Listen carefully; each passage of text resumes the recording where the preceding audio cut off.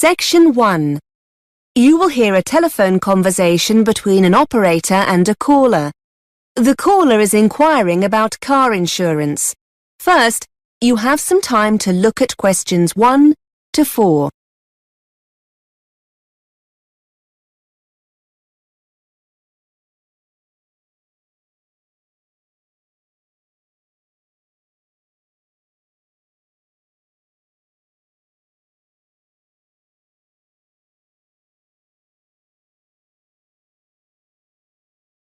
Now we shall begin. You should answer the questions as you listen, because you will not hear the recording a second time. Listen carefully and answer questions 1 to 4. Good afternoon, Heartline Car Insurance. How can I help you? Hello, I'd like to speak to someone about car insurance. Certainly, sir. Can I take your name, please? It's Liam Bird. OK, Mr. Bird. Is the policy for you? Yes, I bought the car last night. It's still with the original owner, though, until I get the insurance sorted out. Will I be able to do this over the phone now? Of course, sir. If you have all the information we need to process the application, we should be able to sort it out for you immediately. Could you tell me the make and model, Mr. Bird? Yes, it's a Ford Fiesta. And can I have the registration number, please? Yes, it's 3R1JTW.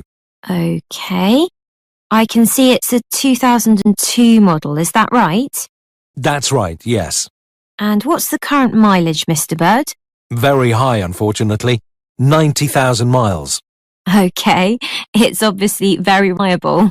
Hopefully, yes. And how many miles will you be driving per year?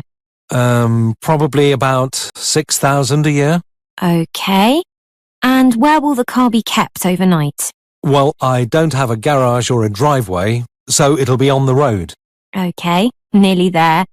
When would you like the policy to be effective from? Immediately, I suppose? Yes, I'm hoping to drive the car home this evening. So could I be covered from today? Yes, that's fine. Now, do you want fully comprehensive cover or third-party fire and theft? Just third-party fire and theft. It's only an old car. And how much no-claims bonus have you got, sir? 6 years. Before you hear more of the conversation, you have some time to look at questions 5 to 10.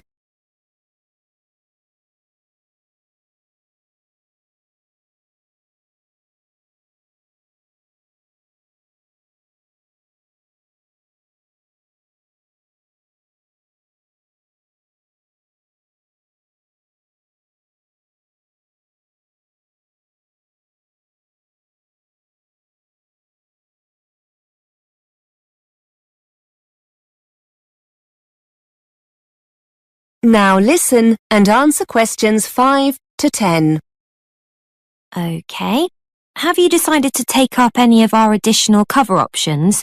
Legal cover for a small fee each month. And we can offer a very competitive rate for driver injury insurance. Or we could... No thanks. Sorry, but I've already looked through what's available on your website and how much it all costs. I've got breakdown cover with another company, and the car comes with a spare set of keys, so I should be okay there. I'd like to take out the 14-day courtesy car, though, and keep my no-claims bonus. So I'll protect that, and I'd like to have the windscreen cover as well. OK, Mr. Bird. So that's third-party fire and theft with additional cover for a courtesy car, protected no-claims bonus and windscreen cover. That comes to £425. We'll need to see proof of your no-claims bonus. Can you send this to us? Yes, no problem at all. OK. I just need your payment details and I can process this for you. So, can I have your full name, please? It's Liam Bird. That's B-Y-R-D. And your address? 35 Botterville Crescent, Birmingham, B561ED. And your date of birth? The 11th of November, 1969. And your telephone number, Mr. Bird? 0121 677 9887. How will you be paying, Mr. Bird? By credit card? By debit card, if that's okay. Yes, fine. What kind of card is it? It's a Visa card. OK. Can you give me the full number that runs across the centre of the card? Yes, it's 2337 4006 2005 1551. And the 3-digit security number on the reverse of the card? OK, hang on. Yes, it's 426. Thank you. Finally, can I just ask you how you got to hear about our company? Yes, sure. I found you on the internet. Thanks. OK, your payment has been processed successfully. You're now covered, Mr. Bird. Would you like us to send your documents to you, or are you happy to download them from the website? Would you mind posting them to me, please? I'd like a paper copy and my printer's not working. No problem, Mr. Bird. That is the end of section 1. You now have half a minute to check your answers.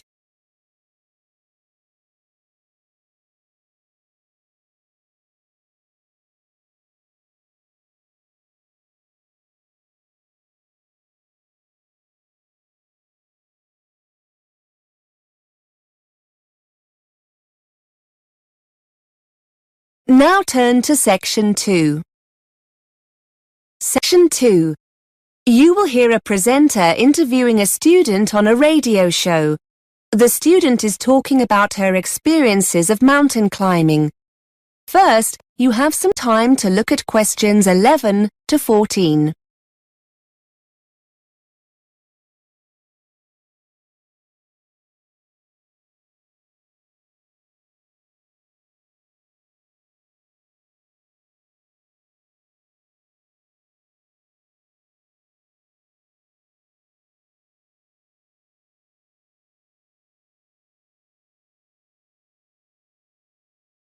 Now listen and answer questions 11 to 14. Welcome back to BURS, your independent student union radio station. We're looking at some of the incredible feats one or two of you have been up to during your summer break. I'm with Catherine, who's going to tell us about her successful climb of one of the most iconic mountains in the world, Mont Blanc. Catherine, tell us a little about your achievement. Well, actually, it was the second time I've reached the summit. The first was in 2007, the year before I came to university. People are often surprised to hear how popular the mountain is with climbers.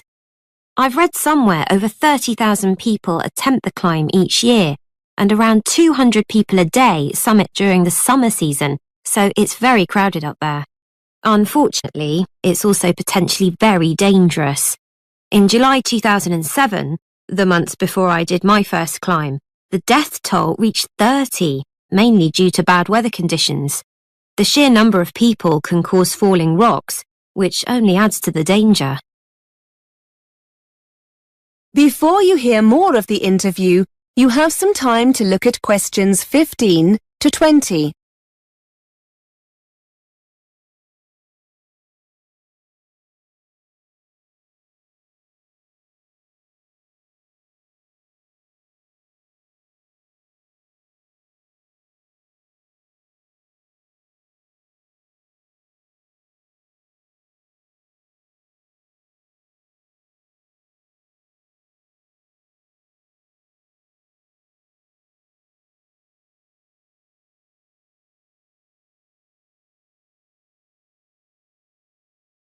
Now listen and answer questions 15 to 20.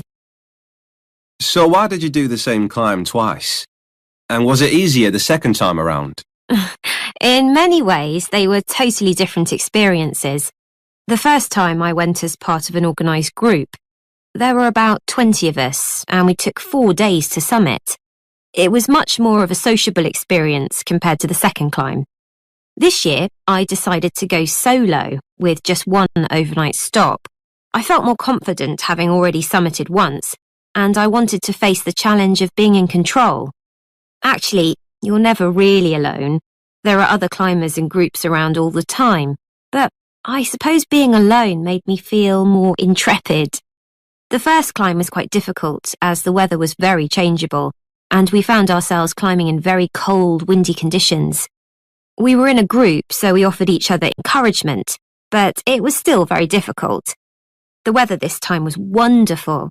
Plus, I also spent a few days beforehand in Chamonix and acclimatised myself more to the altitude. This certainly made it easier. You can achieve the same thing by climbing some of the smaller peaks in the area first, but I wanted a more leisurely start. It was fantastic. I thoroughly enjoyed it. Did your experiences on the first climb help you the second time around? I'm wondering if you have any useful advice for others planning on doing something similar. Well, because the climb's becoming so popular, I think people don't always give it the respect it deserves. And I'm not talking here about the physical condition you need to be in to take on a challenge like this, or having the right equipment. That goes without saying. I think what took me by surprise more than anything else was the extreme weather conditions, even in the summer. For those who want to summit in a single day or two, the climb will often start early in the morning, so you'll need to make sure you're wearing enough layers to protect yourself from the cold and wind. You'll be glad of this when you hit queues and find yourself standing around, waiting to move on. Then at the other extreme, around midday, you must make sure you're fully protected from the sun, or you're likely to get very badly burnt. Whether you climb alone, in a group, or with a guide, that will depend on your own experience. But however you decide to go, it's essential that you take your time and get used to the altitude. OK, many thanks for taking the time to come in and tell us all about it. That is the end of section 2. You now have half a minute to check your answers.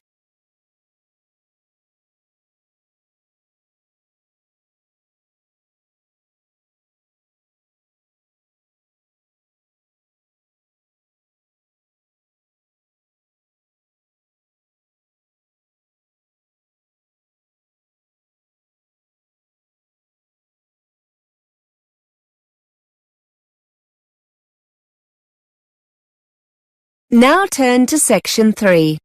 Section 3. You will hear two students talking about revising for exams.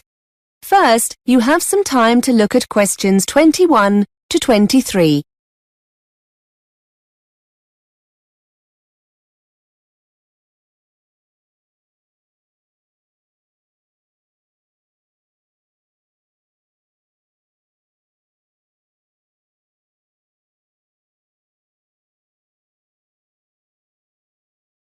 Now listen and answer questions 21 to 23. Elaine, have you seen the exam timetable? They've just put it up on the department notice board. Yeah, I've just come from there. I must be honest, I'd put the thought of exams to the back of my mind. Now the dates are there, it all seems a little scary. Have you been revising much? No, not really. We've got a month, so I'm going to really get going on it now. Why don't we try and work together? Yes, let's meet a few times a week.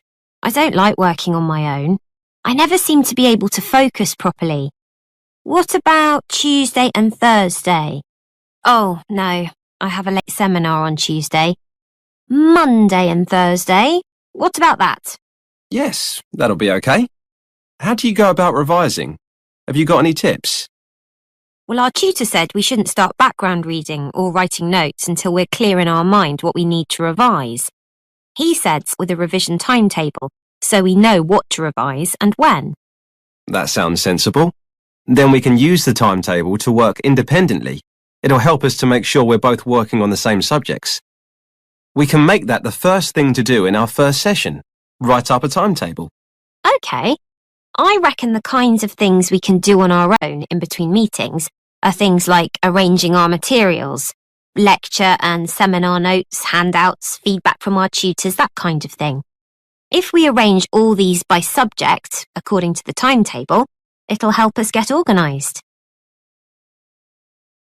Before you hear more of the conversation, you have some time to look at questions 24 to 30.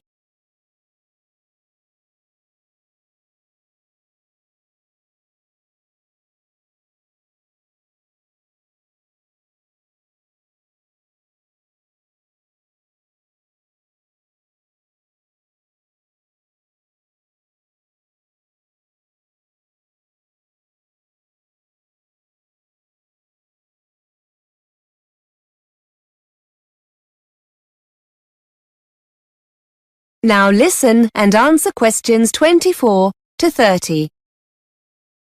Good idea. Once we have all the content, I suppose we could make notes based on past exam papers. We had a talk about note-taking in one of the seminars. They reckon you shouldn't copy word for word. It helps to learn things if you paraphrase main points. And don't just copy loads of facts either. Try to get a feel for the main arguments or theories and match any facts to these. I also like using mind maps or spidergrams when I make notes. It means you can put down a lot of information, but so that it's nicely organised. It also means you can add new notes after. And bullet points. They really help you focus on main points rather than trying to link them together in sentences. We also need to remember to make a note of where the information comes from.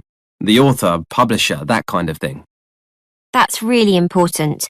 Otherwise, when you're writing the assignment, you can never remember where you got a particular quote from. I know I said earlier about testing each other when we get together, but now I think about it, do you think it would be a better idea to talk through our notes on a particular subject? Have a kind of discussion between ourselves?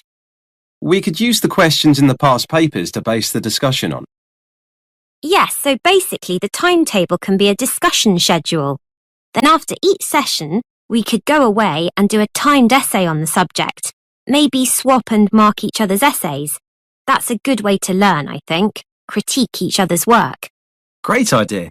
So we'll start next Monday with the timetable. That is the end of section 3. You now have half a minute to check your answers.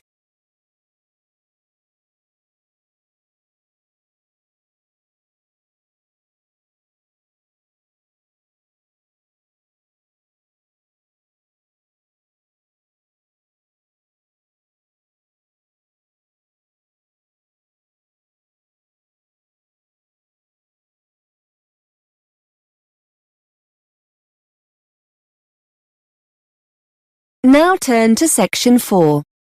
Section 4. You are going to hear a student giving a talk about her research project on the subject of urban design. First, you have some time to look at questions 31 to 37.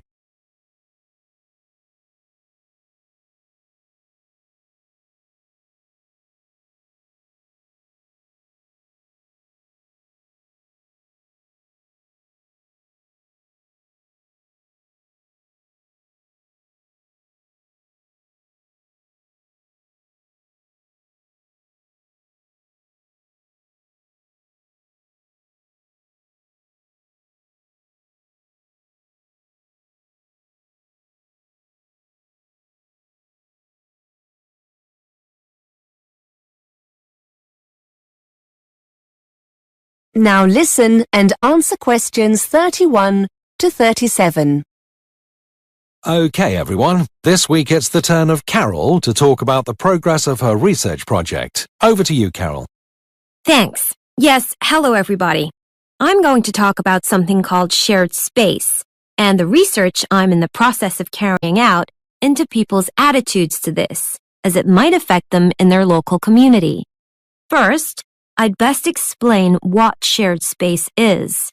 In essence, shared space is an approach to urban design that attempts to open up main street junctions to pedestrians by reducing the dominance of motor vehicles.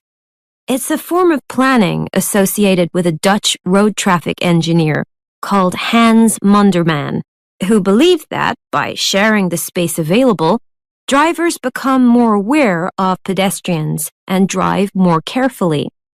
Pedestrians are able to move more freely in this shared space, and the number of accidents is reduced. Shared space design is usually employed in urban centers where pedestrians congregate, such as in shopping areas. It usually results in demarcations between vehicle traffic and pedestrians being reduced or removed altogether. This includes features like curbs, road surface markings, and traffic signs. There are many examples of shared space in operation abroad and in the UK, for example in Kensington High Street in London and Giles Circus in Ipswich. In addition to a decline in accidents, those in favor of shared space also claim additional benefits such as a reduction in unsightly street furniture, like signs and metal guardrails, which can be replaced with more trees, planters, seating areas, and other aesthetic improvements determined by local people. With these urban centers easier to get around in, supporters claim that people are more inclined to shop there, and as a consequence, the center can become a more thriving area for local people and businesses. Here are some before and after photographs of shared space developments to give you an idea of what it looks like. Despite all its advantages, shared space is opposed by various interest groups. Some motorist organizations claim that the system means drivers lose important information through the reduction of signage. Those representing blind people argue that removing features such as curbs, railings, and barriers between pavements and roads takes away familiar support and means this group of people cannot negotiate their way as easily as other road users. Cyclist representatives have also criticized some aspects of the scheme, arguing that, despite benefits, some cyclists feel more bullied by motorists and consequently less safe. Supporters of shared space themselves also point out that a lack of experience and understanding of shared space by planners can lead to negative experiences for all these groups. Before you hear more of the talk, you have some time to look at questions 38 to 40.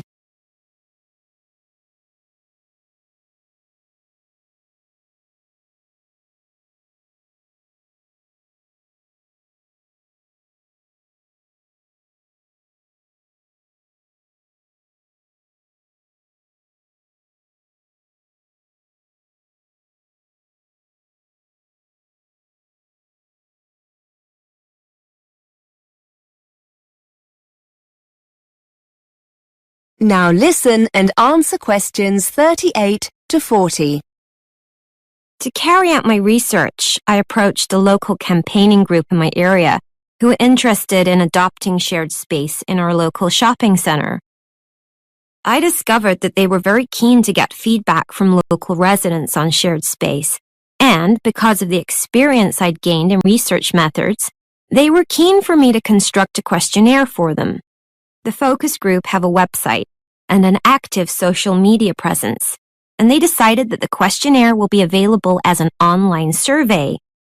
Hard copy questionnaires will also be used for face-to-face interviews.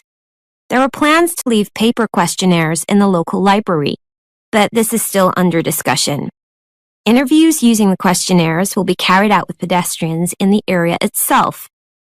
The group don't have the resources to deliver additional questionnaires to the homes of local residents, so this option was dropped. We have met on several occasions to agree on the data the focus group need. I've pointed out that if they want valid results, the questions must be totally unbiased and not in any way loaded to encourage participants to give the preferred answer. Also, we mustn't assume that participants have sufficient information to answer these questions. We're currently looking into how we can best present the concept of shared space during interviews. I've designed some of the questionnaire, and I'd just like to spend a few minutes going through it with you. I'd be grateful for any feedback you have. That is the end of section 4.